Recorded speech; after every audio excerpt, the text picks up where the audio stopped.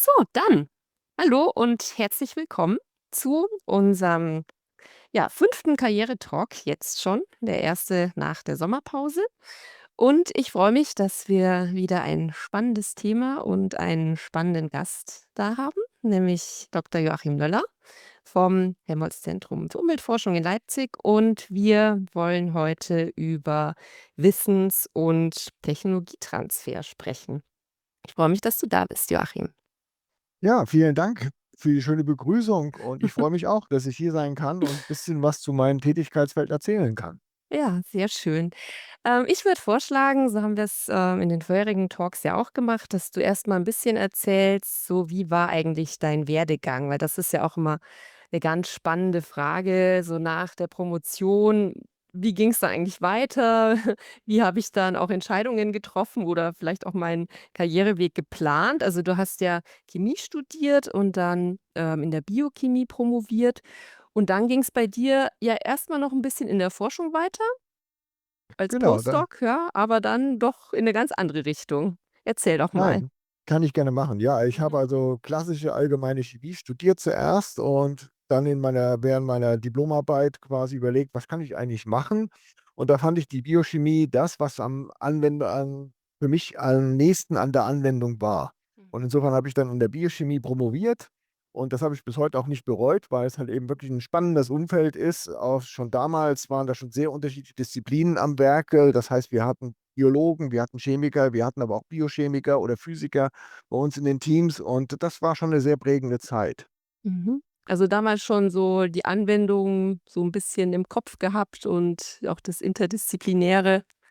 Ja, genau. Also, ich hatte Genau. wirklich überlegt ich hatte so 'n ganz trockenes Doktorarbeitsthema eigentlich an der Stelle ich sollte 'n Enzym charakterisieren und ich habe mich immer gefragt: „Wo ist da jetzt eigentlich die Anwendung bei der ganzen Geschichte?“ Und insofern hatte ich dann auch mir überlegt: „Was mache ich? Mache meine Doktorarbeit.“ Und dann kam sehr schnell die Überlegung: „Na ja, eigentlich wäre es doch schick, an irgend 'ne Krankheit oder so was zu forschen.“ Und Mhm. deswegen bin ich dann tatsächlicherweise erst mal in meiner ersten und zweiten Postdoc-Zeit an, Institute gegangen, die sich mit Krankheiten beschäftigen. Hm. Mhm.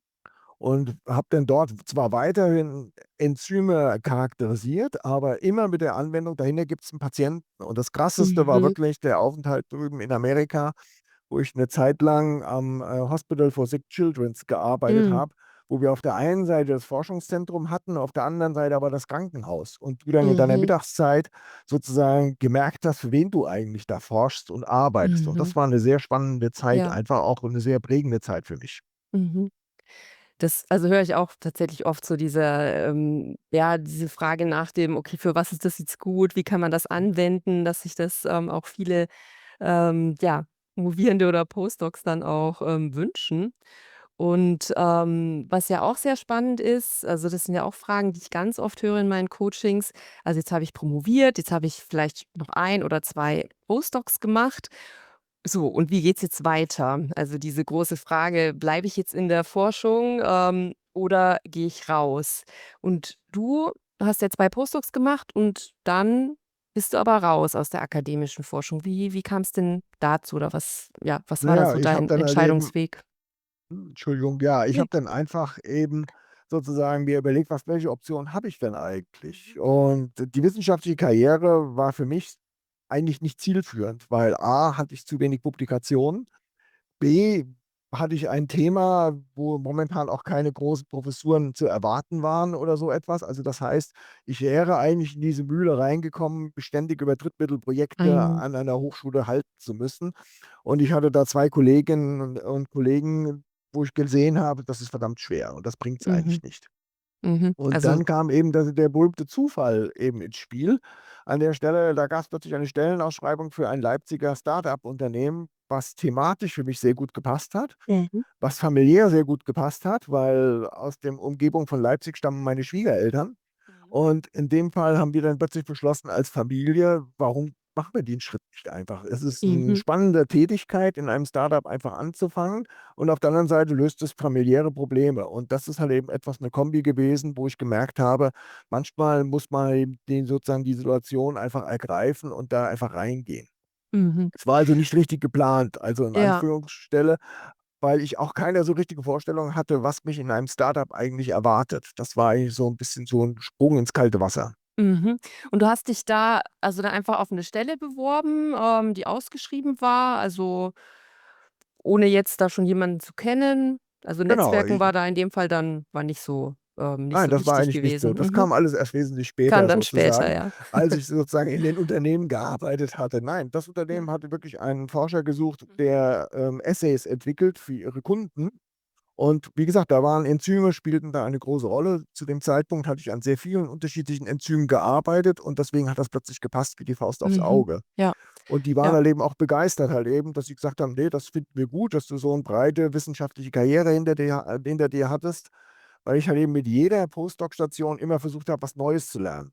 Mhm. Also, das war etwas, was ich halt eben immer als Ziel hatte. Ja. Ich habe nicht einfach nur eine Stelle genommen, sondern ich habe mich immer gefragt: „Was bringt es mir jetzt technisch Neues?“ Mhm. Ja, dass man überlegt, so wie kann ich mich da weiterentwickeln, damit ich dann eben auch, ja, in Zukunft sozusagen dann auch gute Chancen habe, ja, aufm Genau eben. Arbeitsmarkt. Mhm. Und das ist eben auch 'ne Grundlage, wo man merkt, dass sie später einem immer weiterhilft, wenn man breit Mhm. aufgestellt ist. Also, das ist immer 'n genereller Tipp, den ich geben kann. Denkt breit, werdet nicht zum Fachidioten sozusagen oder zum Spezialisten, weil Spezialisten haben manchmal nur wenig Optionen. Breit Mhm. aufgestellte Leute haben in meisten Fällen viele Optionen. Mhm. Und Ja. insofern war's dann auch für mich logisch, in dem Unternehmen weiterzugehen. Das heißt, wir haben dann zuerst war ich ein Entwickler, dann war ich plötzlich ein Verkäufer, weil so 'n Start-up muss ja auch irgendwann mal Umsatz machen und Mhm. insofern hatte ich plötzlich mit Kunden zu tun und dann war ich im nächsten Schritt plötzlich 'n ja, 'n Business Developer, der plötzlich neue Mhm. Geschäftsfelder entwickelt. Mhm. Und das Und hatte das ich halt ist eben ja, also das finde ich Entschuldigung, dass ich dich unterbreche. Ähm, also das finde ich auch so spannend, dass man einfach mal sieht, man kann sich weiterentwickeln, weil das auch oft 'ne Sorge ist, die ich oft auch höre, dass man sagt: „Ja, jetzt fange ich hier an und, wie geht's dann weiter oder was, wenn mir jetzt vielleicht die erste Stelle nicht gefällt oder ich dann merke, es passt vielleicht doch nicht so ganz genau.“ Also, finde ich wirklich 'n schönes Beispiel, dass man hier sieht, ja, es also kann da in ganz neue Richtungen dann auch eben weitergehen, innerhalb der Firma dann auch. genau. Und Mhm. letztlich gesehen war's halt eben wirklich ein Learning by doing. Also, ich habe da keine sonderlichen großen Weiterausbildungen oder weitere Ausbildungen mitgemacht, sondern das haben mir ein wir haben einfach gearbeitet mit einem sehr erfahrenen Chef zusammen und ich habe einfach viel gelernt an der ganzen Mhm. Geschichte und auch viel ausprobiert und das mache ich heute noch. Gerne, dass ich viel ausprobiere und einfach sehe, was funktioniert und was funktioniert nicht und Ja, was ist sinnvoll, was ist nicht sinnvoll in dem ja, Augenblick. ja. Ich vermute mal, wahrscheinlich in Start-ups, hat man da auch noch mehr Möglichkeiten, sich da so 'n bisschen auszuprobieren und in verschiedene Felder auch reinzuschauen, als wenn man jetzt wirklich in 'ner großen Firma, anfängt. Ja. Ja, auf alle Fälle. Also, das ist der ganz große Vorteil. Klar kann Mhm. man zu großen Unternehmen gehen, nur die denken in Rastern sozusagen. Da Mhm. wäre ich auf mein Leben immer ein Mhm. Entwickler von Essays geblieben. Oder vielleicht noch 'n kleiner Bereichsleiter geworden, aber ich wäre definitiv nie in den Kundenbereich Mhm. reingekommen. Ich wäre definitiv nie in das Business Development gekommen, weil Mhm. das einfach andere Säulen sind in diesen großen Unternehmen. Ja. Die kleinen Unternehmen müssen aber dann mit ihrem Personal, was sie haben, verschiedene Positionen quasi besetzen. Und das ist die Chance, die man hat, grade wenn man sagt: „Ich kann auch mal jetzt wirklich mal über den Tellerrand hinausschauen und ich versuche einfach mal irgendeine andere Position.“ Das kann ich nur jedem empfehlen. Also, das ist eine wirklich tolle Sprungbrett kann das werden für 'ne eigene Karriere, mal für 'n paar Jahre in einem Start-up zu arbeiten. Mhm. Gut, ja, dann Start-up, bist du jetzt nicht mehr bist du nicht mehr Nein, genau. tätig. Wie Ja, aber ging's dann denn gab's dann halt den weiter? nächsten Sprung. Das erste Start-up hatte am Schluss, wo ich dann das Unternehmen verlassen habe, 20 Beschäftigte und dann bin ich zu einem weiteren Start-up gegangen, das aber dann über 100 hatte, über 100 Beschäftigte hatte und auch deutlich schon wesentlich weiter mit dem ganzen Produkt war. Und da fing das dann schon an, dass man wieder in diesen Rastern mehr gedacht hat. Mhm. Und das fand ich halt eben auch sehr spannend, einfach mich mal in einer größeren Organisation Einheit dann auch zu behaupten und zu positionieren. Und da habe ich sehr viel Rüstzeug gelernt eigentlich an der Stelle. Und dann bin ich tatsächlicherweise da habe ich dann gesagt: „Okay, das ist 'ne spannende Geschichte. Das kann ich aber auch an Forschungseinrichtungen machen.“ Mhm. Weil Business Development ist nix anderes als Wissens und Technologietransfer.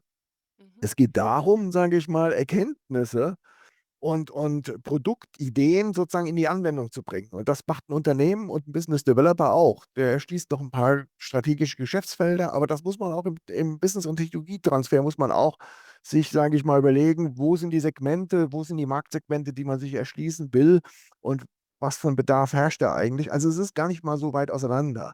Mhm.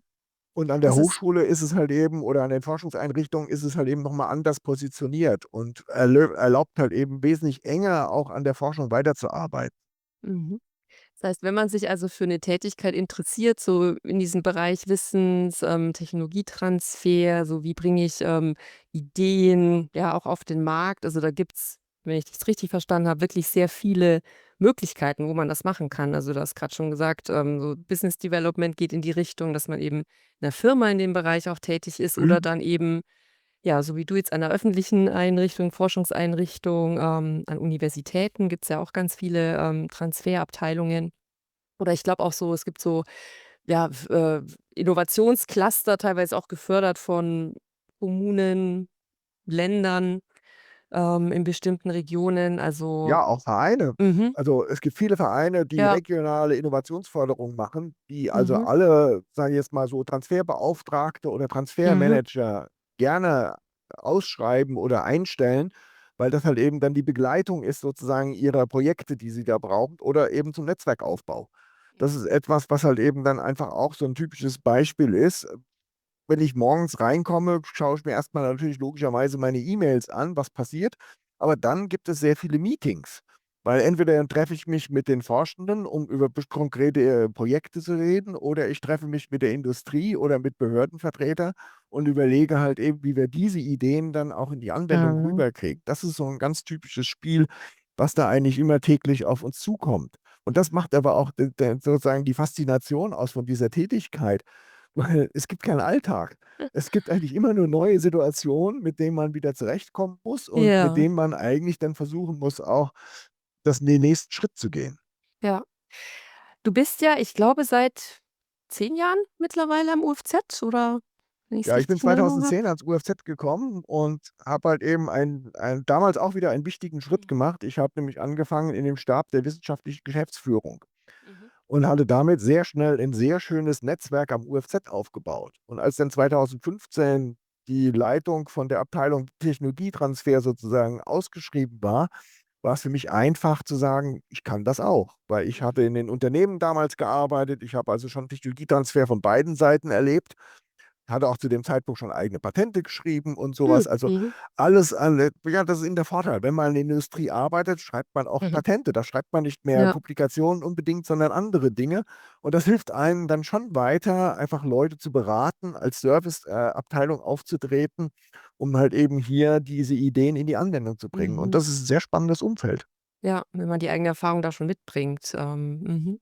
Also, waren das dann wirklich so verschiedene Puzzleteile, die du sozusagen mitgebracht hast, verschiedene Erfahrungen, die dich dann wirklich qualifiziert haben, um eben, ja, diese Rolle dann auch zu übernehmen? Wahrscheinlich auch, also, das ist jetzt ja, würde ich mal denken, die Position, die du aktuell innehast, jetzt keine Position, die man direkt nach der Promotion wahrscheinlich, übernehmen würde, Abteilungsleiter. Also, spielt wahrscheinlich schon auch deine Erfahrung in den Unternehmen, noch mal 'ne Rolle, oder wie würdest du das einschätzen?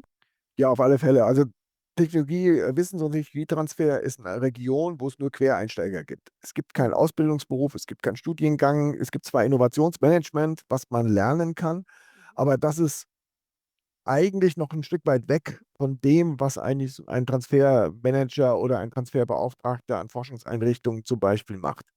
Als Innovation Wenn ich Innovationsmanagement studiere, bin ich eher geeignet für die Unternehmung, weil mhm, da habe ich mein Puzzleteil, wo ich sauber reinpasse. Und für Forschungseinrichtungen muss ich noch 'n bisschen mehr lernen, dass Forscher nicht so unbedingt so funktionieren, wie man das an Unternehmen gewohnt ist. Und das mhm, ist noch 'n bisschen was anderes an der Stelle. mhm, Und mhm, bei mir im Team gibt es wirklich sehr breite Tätigkeiten, die da alle reingegangen sind. Wir haben 'ne Physikerin, wir haben eine Betriebswirtin an der Stelle. Wir hatten jemanden, der hat Marketing gelernt mhm, in dem Bereich. Also, wir haben sehr unterschiedliche Ausgangspunkte und das ist eigentlich auch wieder das Faszinierende, dass man eben mit unterschiedlichen Perspektiven dann diese Projekte versucht zu betreuen und eben in die Anwendung zu bringen. mhm. Was würdest du denn sagen, was sollte man denn auf alle Fälle mitbringen? Also, ich würde jetzt mal denken, wahrscheinlich 'n Interesse an, Innovation und, ja, wirklich auch der Wunsch, Ideen in die Praxis zu bringen. Was Ja. siehst du da als wichtigste Punkte? Also, wichtigste Punkte ist, dass man wirklich 'ne breite Ausbildung hat. Ich la Mhm. ha profitiere heute noch von meiner Chemieausbildung, weil ich kann relativ schnell bestimmte wissenschaftliche Inhalte verstehen. Und Mhm. das muss ich machen. Ich brauche also 'ne relativ schnelle Auffassungsgabe und dann muss ich halt eben auch in der Lage sein, mal diese wissenschaftlichen Inhalte so runterzubrechen, dass sie auch jemand anderes versteht. U Mhm. Unternehmerinnen und Unternehmer sind in den seltensten Fällen immer noch Wissenschaftler. Und das heißt also, mit denen muss ich auf 'nem anderen Niveau arbeiten, als wenn ich 2 gestandene Forscher vor mir stehen habe. Mhm. Also, das muss man einfach abwägen. Und ansonsten hast du recht, man braucht einfach eine natürliche Neugierde, dass wenn man etwas kriegt, eine E-Mail kriegt, dass man sofort sagt: „Das ist spannend, das will ich Mhm. eigentlich jetzt mal genauer erfahren.“ Man darf also nicht zu schade sein, wirklich neue Wege zu gehen und sich das auch mal anzuschauen in dem Bereich. Es gibt Mhm. eben keine Routine. Also, wer Ja. Routine sucht, ist hier völlig fehl am Platze. Das kann ich auch ganz deutlich sagen. Ja.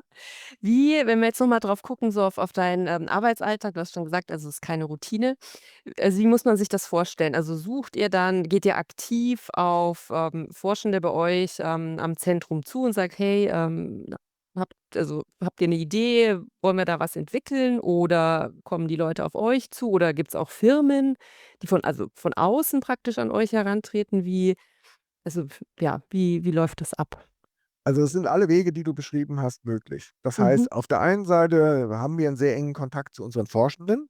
Das heißt also, wir sprechen mit ihnen, die erzählen uns, wir sehen Poster von denen, wir sehen Publikationen vielleicht von denen und dann sagen wir: „Momente mal, wenn du das doch machst, dann könnte das doch eigentlich Mhm. für den und den interessant sein.“ Manchmal hatten wir auch schon ein anderes Gespräch mit einem Unternehmen zum Beispiel und wir sagen: „Stopp, das matcht, weil du Ah. machst das, Mhm. das Unternehmen sucht das, das passt doch zusammen wie die Faust aufs Auge.“ Und das geht auch an der Stelle. Das heißt, auf der einen Seite sind wir im engen Kontakt mit der Industrie oder mit Behörden auch, weil wir auch viele Lösungen für Behörden und Ministerien anbieten.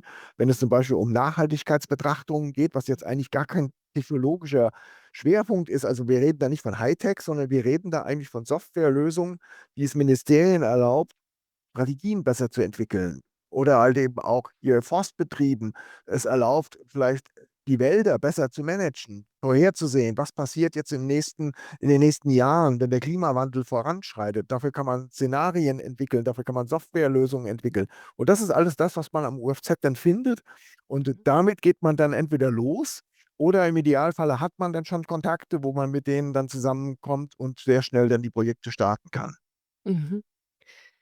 Das heißt, Man die ganzen Kontakte, also, ich stelle mir das grad so vor, dass ihr dann auch wirklich aktiv, wahrscheinlich auf Veranstaltungen, also, genau. wirklich auch versucht, also, ja, auch Kontakte erst mal überhaupt zu finden. Also, denke ich mal, ist wahrscheinlich 'ne gute Netzwerk Kompetenz wahrscheinlich auch wichtig, dass man auf Leute zugehen kann, auch sieht, wo gibt's interessante, ja, Anknüpfungspunkte.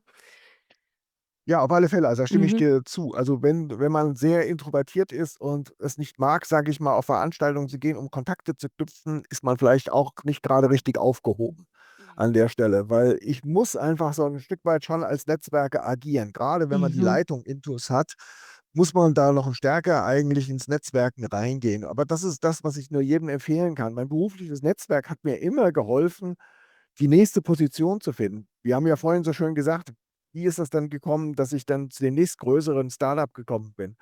Weil einfach durch meine Netzwerke plötzlich 'n Headhunter auf mich aufmerksam Mhm. geworden ist und gesagt hat: „Ich habe da 'ne Position und die suchen da jemanden. Du würdest da eigentlich wie die Faust aufs Auge passen. Willst du dich da bewerben?“ Mhm. Und danach habe ich mein Netzwerk wiederum genutzt und gefragt: „Wie komme ich jetzt an Forschungseinrichtungen? Wo sind 'n da?“ Und dann hat der Nächste geschrieben: „Pass mal auf, da gibt's 'ne Ausschreibung an der und der Mhm. Universität oder bei Helmholtz. Mach das doch. Stell doch Mhm. mal vor.“ Deswegen kann ich nur jedem empfehlen, pflege ein berufliches Netzwerk, um halt eben einfach zu sehen, wo die Türen aufgehen und Ja, rechtzeitig einfach dann auch den Fuß in der Tür zu haben. ja. Also, das empfehle ich auch immer in allen meinen Kursen und Coachings, dass man wirklich guckt, so wen kenne ich, mit den Leuten erst mal vernetzen. Zum Beispiel auf LinkedIn kann man ja gut nutzen als eine Plattform, oder ja, und dann eben auch zu gucken, so wen ja, an wen möchte ich denn auch, vielleicht herantreten oder wen möchte ich denn vielleicht Hm, auch kennenlernen? Also, in welche genau. Richtung soll's gehen? Mhm, Genau, und genau. einfach auch wirklich man muss leider bedauerlicherweise muss man dann auch sagen, man muss dann halt eben auch abends an einigen Stellen unterwegs sein, weil es gibt einige Stammtische, die abends funktionieren. Und dann muss ich halt eben auch mal den sauren Apfel beißen und sagen: „Na gut, dann muss ich halt eben um 18 Uhr noch zu einem Stammtisch gehen“, aber dort lerne ich eben die nächsten Menschen kennen, die mir vielleicht wieder helfen können. Mhm, Das ist 'n bisschen, wo man einfach auch 'n bisschen investiert in seine Sache. mhm, ja. Jetzt gibt's ja, bei dem Thema Wissens und Technologietransfer vielleicht auch noch so 'n paar angrenzende Bereiche, wo du vielleicht auch noch was dazu sagen kannst, also von denen ich weiß, dass das auch immer wieder, ja, Promovierende und Postdocs interessiert, also dieses Thema Patente. Gibt's hier die Möglichkeit, auch 'ne Ausbildung zu machen zum Patentanwalt? Das ist ja 'n bisschen verwandt. Vielleicht kannst du dazu auch noch 'n bisschen was Ja. erzählen. Also, auf alle Fälle kann ich mich auch als Naturwissenschaftler oder Naturwissenschaftlerin weiterbilden lassen zum Patentingenieur, zum sage ich mal, Referenten oder zum Mhm, Paralegal. Das sind alles Weiterbildungen, die von verschiedensten Anbietern angeboten werden und die in der Regel neben dem Beruf einfach weiterlaufen. Und das kann auch schon an einem neuen, sage ich mal, Arbeitgeber sein. Das kann passieren. Also, das machen wir auch hier, bei mhm, uns am UFZ. Wenn wir jemanden finden, der daran Interesse hat, stellen wir wirklich nichts ihm in 'n Wege zu sagen: „Dann machst du halt eben berufsbegleitend noch 1 oder mhm, 2 Jahre hinten drauf und mhm, dann bist du eben das“, weil wir natürlich auch dieses Know-how brauchen, wie man Schutzrechte managt und wie man sie halt eben auch besser ausgestalten kann. Wir arbeiten zwar gerne mit Patentanwälten zusammen, aber die sind in der Regel sehr teuer. Und alles, mhm, was ich intern abdecken mhm. kann, spart mir Geld und Zeit mit denen und damit kommen wir wieder auch sehr gut raus. Mhm. Weil das ist ja auch noch mal ganz spannend, dass man das vielleicht auch noch mal so im Hinterkopf hat, weil du ja grade gesagt hast, so diese Tätigkeit, das Netzwerken, man vielleicht viel auch wirklich mit Leuten zu tun hat, wenn das einem nicht so sehr liegt, wenn man vielleicht eher jemand ist, der oder die sich gerne in Texte vertieft, recherchiert, könnte ich mir jetzt vorstellen, dass dann der Bereich, Patente, Recherchen oder da auch die Dokumente vorzubereiten, das vielleicht dann ja auch dann vielleicht besser passt. Auf alle Fälle würde ich das Mhm, sagen, weil das ist 'n ganz anderes Bild. Da muss ich sehr mhm, genau sein. Da muss ich wirklich mitdenken und überlegen: „Wie muss ich jetzt am besten das formulieren, so dass es am sichersten ist?“ Und das sind alles Sachen, da brauche ich 'n ganz anderen Charaktermenschen mhm, eigentlich dafür an dem Stelle. Und das darf man einfach nicht aus den Augen lassen und deswegen glaube ich, passt das auch am Schluss wieder gut zusammen. Also, wir haben mit Sicherheit hier bei uns in der Abteilung nicht alle, die, sage ich mal, gewohnt sind, auf Veranstaltungen rumzuspringen und sonst was zu machen, sondern es ist eben 'ne Mischung. mhm. Das Ja, ist eben die Mischung, die ich habe. Dem einen liegt das mehr, dem anderen liegt das weniger und zusammen sind wir eben das Team, was eben mhm. erfolgreich ist. Das ist, Ja, glaube ich, etwas, was man grade im Wissens und Technologietransfer fokussieren muss, weil es ist ein Team, was am Schluss gewinnt. mhm. Ja. Ja, und ich finde es auch so wichtig, dass man so bei dieser Frage: „Wie soll es beruflich weitergehen? Was könnte ich denn machen?“ Also, dass man sich das auch wirklich gut überlegt, so was mache ich denn auch gerne? Was liegt mir? Ja, vertiefe ich mich gerne, in Texte? Arbeite ich gerne mit Texten oder liegt mir vielleicht eher mit Menschen auch das Verkaufen? Du hast ja auch schon erwähnt, dass du ja auch in dem Bereich, 'ne Zeit lang tätig warst. Da könnte ich mir vorstellen, lernt man auch sehr viel, wie man mit Menschen umgeht.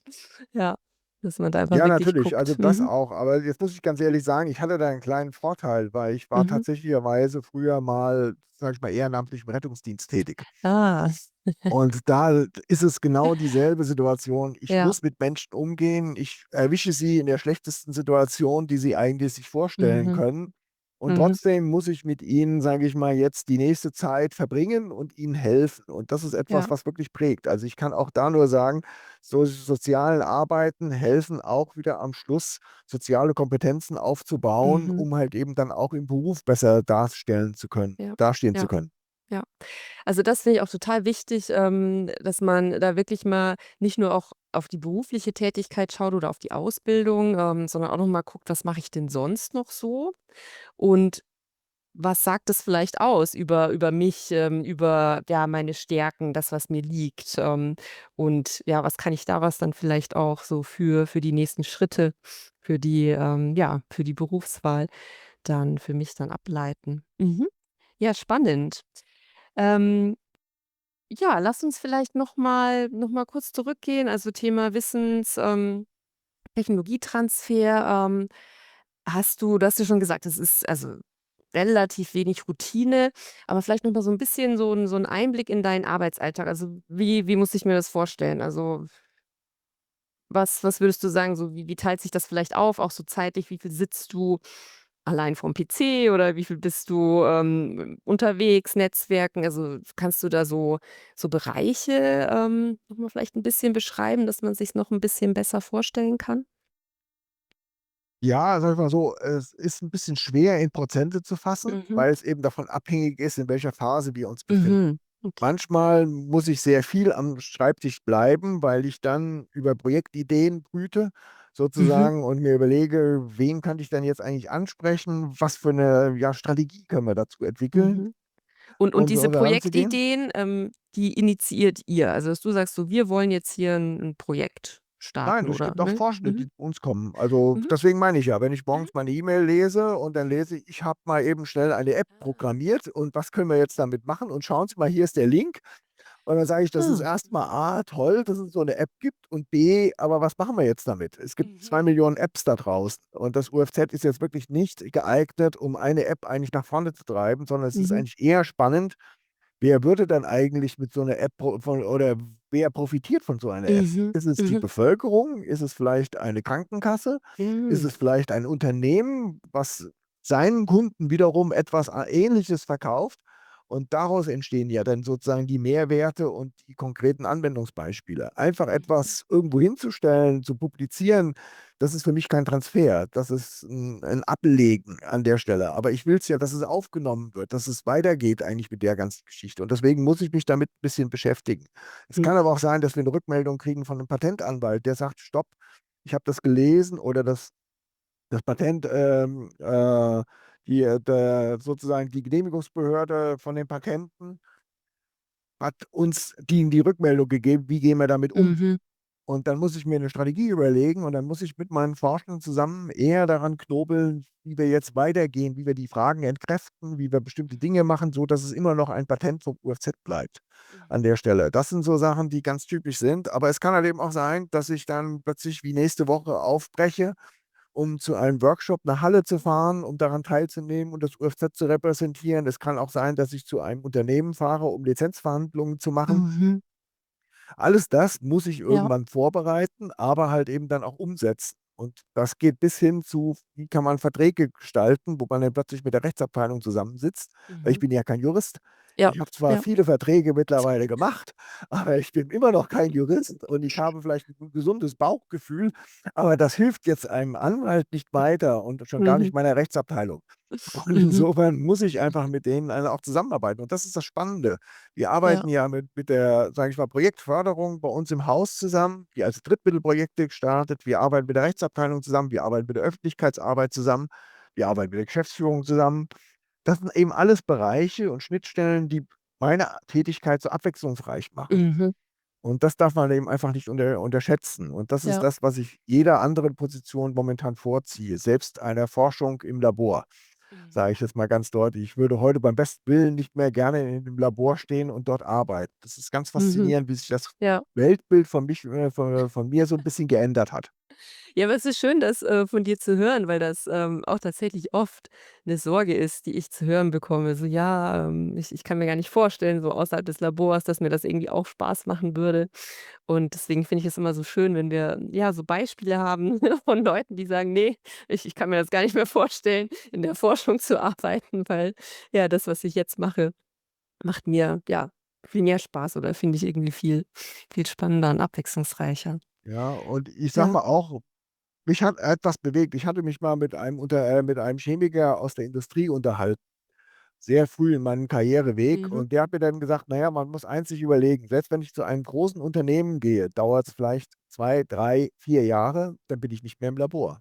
Weil dann habe Mhm. ich täglich Meetings Mhm. Da geht's ums Budget, da geht's um Projekte, da geht's um irgendwelche anderen Sachen, da geht's um Probleme mit unseren Produkten und allem drum und dran. Überall da werde ich plötzlich gefordert und dann habe ich Mhm. vielleicht noch abends noch 'ne Stunde Zeit, mich mit dem Labor noch kurz zu beschäftigen und zu gucken, was da tagsüber passiert ist, aber das war's. Ich werde mehr und mehr zu einem Manager. Mhm. Und Ja. insofern habe ich mir gedacht: „Okay, also das Labor wirst du so und so nicht lange halten können in deinem Mhm. Karriereweg." Es sei denn, man will halt eben keine Karriere machen vielleicht. Das kann man ja vielleicht auch, Ja. umsetzen an der Stelle. Aber Mhm. eigentlich ist es so, man wächst ja dann weiter und dann entwickelt man sich Richtung Manager. Und dann habe ich gedacht, dann kann ich auch gleich Richtung Manager gehen und dann habe ich den Fall erledigt. Ja. Und wenn es dann in einem kleinen Unternehmen geschieht, ist das halt eben wesentlich spannender als in einem großen Unternehmen, wo auch die Konkurrenz gar nicht so groß ist. Es gibt Mhm. dann nicht 5 Leute, die um einen Bereichsleiterjob plötzlich sich bewerben, sondern es gibt eben ein Start-up-Unternehmen, das jetzt überlegt, welcher von den 5 oder 6 Leuten, die Mhm. sie haben, besser für diese Tätigkeit geeignet ist oder nicht. Und so Mhm. wächst man da rein. Und ich kann jedem nur die Empfehlung geben, hören Sie einfach zu, wie Sie auch ankommen. Wie beurteilen Ihre Kolleginnen und Kollegen Sie eigentlich? Und bei mir war es dann sehr schnell, dass das im Start-up war dann sehr schnell die Rückmeldung: „Wenn's irgend 'n Problem gibt mit dem Kunden, dann schicken wir den Möller dahin. Der kann das, der kann gut mit den Leuten umgehen und Mhm. der kriegt das dann hin." Und das hat mir einfach mich bestärkt, dass das Mhm. 'n richtiger Weg ist, den ich da jetzt eigentlich gehen will. Ja, ja.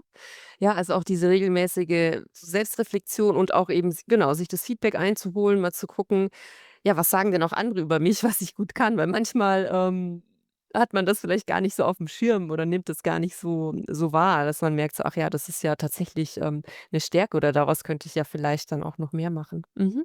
Ja. Gibt's denn, ein Projekt, so aus den letzten Jahren, an dem du gearbeitet hast, wo du sagst: „Boah, das war richtig cool“ oder da haben wir ja, also, haben wir echt was Tolles da sozusagen auf die Straße gebracht. Ist dir da irgendwas noch so besonders im Gedächtnis geblieben, dass wir vielleicht noch mal so 'n Beispiel haben, so was ja, was denn da passiert im Wissens und Technologietransfer? Ja, kann ich gerne machen. Also, wir haben ein Projekt zum Beispiel hier gehabt, da kamen 2 Forscherinnen auf uns zu und haben gesagt: „Wir haben jede Menge Daten zu Chemikalien." Mhm, Und wir wissen eigentlich nicht so richtig, wie es geht. Wir wissen, dass das besonders interessant ist für werdende Eltern, für mhm, Schwangere letztendlich gesehen, weil diese Chemikalien mit Sicherheit auch Einfluss nehmen auf das Neugeborene, auf Allergie, sage ich mal, Voraussetzungen und ähnliche Sachen. Aber wie kriegen wir das jetzt richtig eigentlich auch verbreitet? Wie können wir das jetzt bereitstellen? Und da gab es eben auch die Idee, wir machen mal eben eine App. Und mhm, ich bin einfach kein Freund von solchen Einzellösungen und insofern haben wir gesagt: „Okay, jetzt machen wir erst mal den Spieß rum und jetzt fragen wir doch erst mal, wer hat denn daran jetzt wirklich Interesse und in welcher Form sollen dann eigentlich diese Informationen aufgearbeitet werden?" Und die Damen haben es geschafft, 390 Elternteile zu befragen mhm, innerhalb von 3 Monaten. Ich war wirklich überrascht, was die da geleistet haben eigentlich an der Stelle und da war ganz klar: „Ja, wir brauchen ein Forum, wo wir mhm, diese Informationen so bereitstellen." Und dann sind wir in den nächsten Schritt gegangen und dann haben wir eben gesagt: „Okay, jetzt lasst uns das doch mal anfangen zu programmieren." Und dann haben wir eben Leute gefunden, die da eben auch dran Interesse haben, da mitzuwirken. Und mhm. heute haben wir ein Datenportal quasi.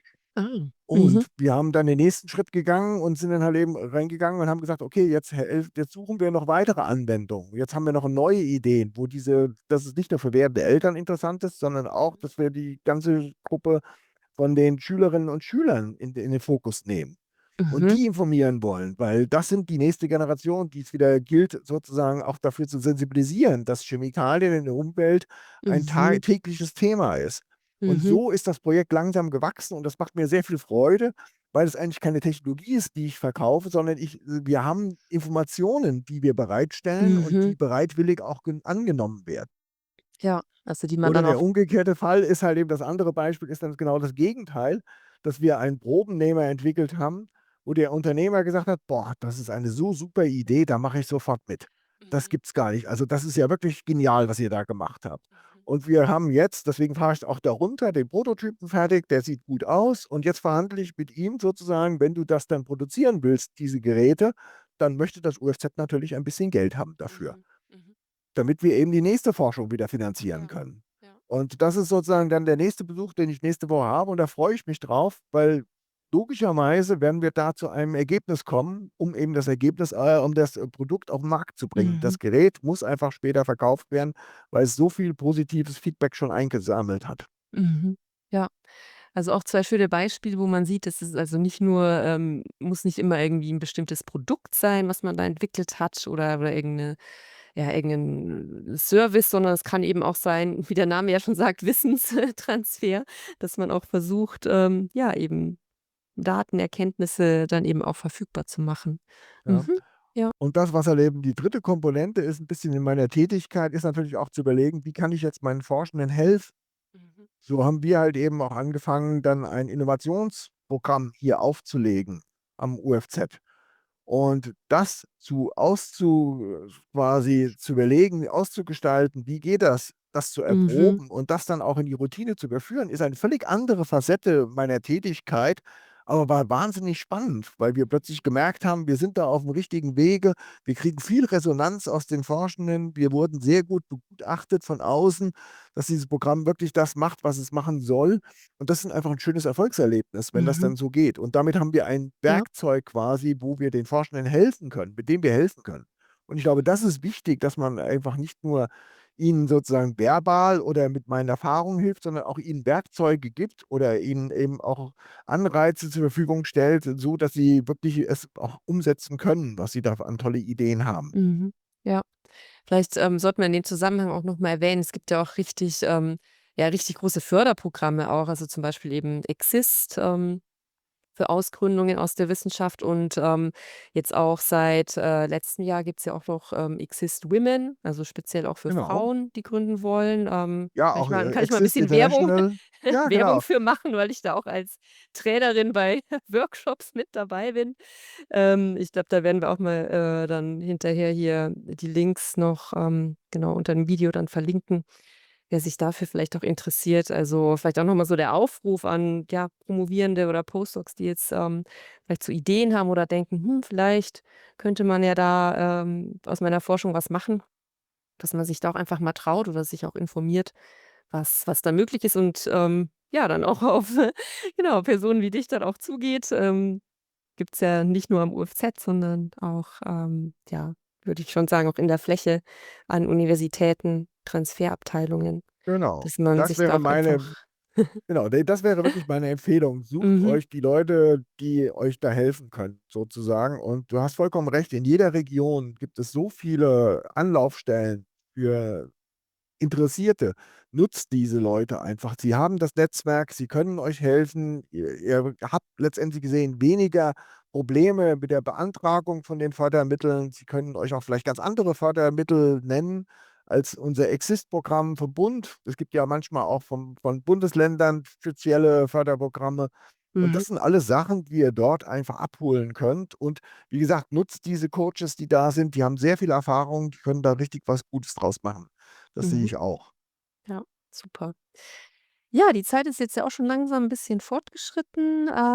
Ja, so vielleicht zum Schluss noch, gibt's denn irgendwas, wenn du jetzt mal so zurückblickst, so auf deinen bisherigen Karriereweg, irgendwas, was du gerne früher gewusst hättest, so kurz nach der Promotion oder irgendwas, was du Leuten, die jetzt grad an diesen, ja, wichtigen oder vor diesen wichtigen Entscheidungen stehen, vielleicht noch so mitgeben möchtest?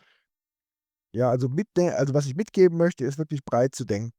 Mhm. Anzuschauen, was wird da draußen eigentlich gerade gesucht? Wer wird da gerade draußen was gesucht? In meiner Zeit, Anfang der 90er Jahre, war die Wissenschaft fast tot, weil es gab keine großen neuen Professuren an Mhm. der Stelle. Die Industrie hatte auch gerade eine Schwächephase, hat auch wenig gemacht, aber es gab eben andere Ausschreibungen, wo ich geschaut habe, ob die vielleicht interessant sind für mich. Man muss also wirklich den Blick öffnen und sagen: „Was gibt es alles da draußen?“ Und dann systematisch sagen: „Es passt oder es passt nicht für Mhm. mich.“ Ich glaube, Ja. das ist ganz, ganz wichtig, dass man einfach nicht sich zu schnell auf eine ganz bestimmte Schiene festlegt, weil dann warte ich, dass die einzige vernünftige Ausschreibung quasi um die Ecke kommt und das kann sehr lange werden und das ist nicht Mhm. gut. Mhm. Also, das ist, glaube ich, etwas, was man wirklich machen muss und dann wirklich auch ins Risiko gehen. Es sind junge Menschen, da schadet's nichts, wenn ich eine Ecke mehr im Lebenslauf habe und nach 2 Jahren feststelle: „Ne, das ist jetzt kein guter Weg“, oder nach einem Jahr feststelle: „Das ist kein guter Weg.“ Dafür reißt niemand jemanden den Kopf ab, also beim besten Willen nicht. Und das muss Ja. man einfach auch wirklich so akzeptieren und auch sehen. Und lustigerweise habe ich mich jetzt, ich bin ja schon grauhaarig, immer wieder mal gefragt, sage ich mal, hätte ich was anderes gemacht in meinem Mhm. Weg? Und ich stelle immer wieder fest, ich hätte nichts anderes gemacht. Ich bin Aha. immer eigentlich plötzlich in die richtige Situation reingekommen. Die richtigen Türen sind aufgegangen. Ich habe die Mhm. richtige Entscheidung getroffen und mehr kann ich rückblickend nicht sagen. Also, das ist also etwas, was ist an der Stelle. Mhm. Ja. Das ist vielleicht auch noch mal was, so dieses Vertrauen dann auch zu haben, dass es dann, ja, dass sich dann auch was Neues auftut, auch wenn man vielleicht mal das Gefühl hat, jetzt, ja, weiß ich grad nicht weiter. Wenn man da einfach dranbleibt, aktiv ist, 'n Netzwerk sich aufbaut, guckt, was gibt's für Möglichkeiten, schaut so, was bringe ich schon mit, was kann ich gut, sich weiterbildet. Also, dann glaube ich, schafft man sich da ganz viele Möglichkeiten. Mhm. Ja, und auch ehrlich sein zu sich selbst und sagen: „Das ist jetzt hier etwas, wo ich nicht weitermachen will.“ Mhm. Und dann eben zu überlegen, was sind jetzt die neuen Optionen? Weil ich kann das nicht machen, wenn ich zwei Minuten später meinen Arbeitsvertrag verliere. Mhm. Dann habe ich eine schlechtere Ausgangslage, als ich sie noch 3 Monate Mhm. vorher gehabt hätte.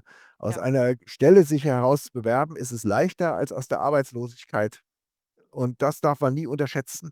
Mhm. Also, immer eigentlich auch auf seinen Körper und auf sein Gewissen hören und sagen: „Ne, hier will ich jetzt nicht weitermachen.“ Mhm. Dann die neue Suche starten und nicht bis zur letzten Minute Ja, warten und ja. dann feststellen: „Jetzt muss ich aber extra noch lange warten oder jetzt ist der Zug abgefahren.“ Mhm.